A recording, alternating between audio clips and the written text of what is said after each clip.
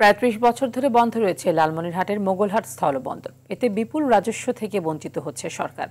স্থানীয়রা বলছে বন্দরটি চালু হলে নতুন কর্মসংস্থান সৃষ্টির পাশাপাশি ব্যবসা বাণিজ্য শক্তিশালী হবে।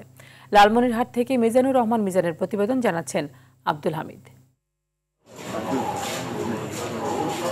৩ দশক ধরে বন্ধ উত্তরের জেলা লালমনিরহাটের মোগলহাট স্থলবন্দর।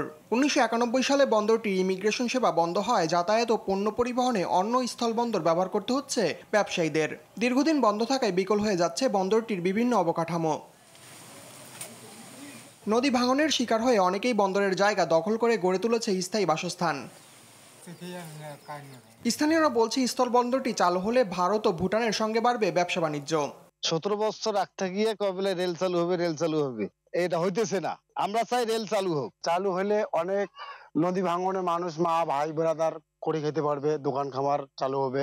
কিন্তু এখানকার যেগুলো আছে সব নদীবিহীন, মানে গরিব দুঃখী মানুষ। এখানে যদি স্থলবন্দরটা হয়তো ২০-২৫ হাজার লোক বাঁচত। এ বিষয়ে সরকারের কাছে জনগণের দাবি তুলে ধরার কথা জানিয়েছেন জেলা প্রশাসক। ঊর্ধ্বতন কর্তৃপক্ষ তথা সরকারের কাছে মোগল স্থলবন্দর চালুর বিষয়ে লিখেছি, কারণ এটা এখানে স্থানীয় জনগণের দাবি।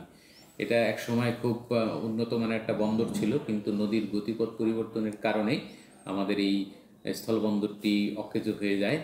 মোগলহাট স্থলবন্দরটি চালুর মাধ্যমে যাতায়াত ও পণ্য পরিবহনে বাংলাদেশ ও ভারতের মধ্যকার বাণিজ্যে নতুন সম্ভাবনার দ্বার খুলবে, এমনটাই প্রত্যাশা স্থানীয় ব্যবসায়ী ও সাধারণ জনগণের।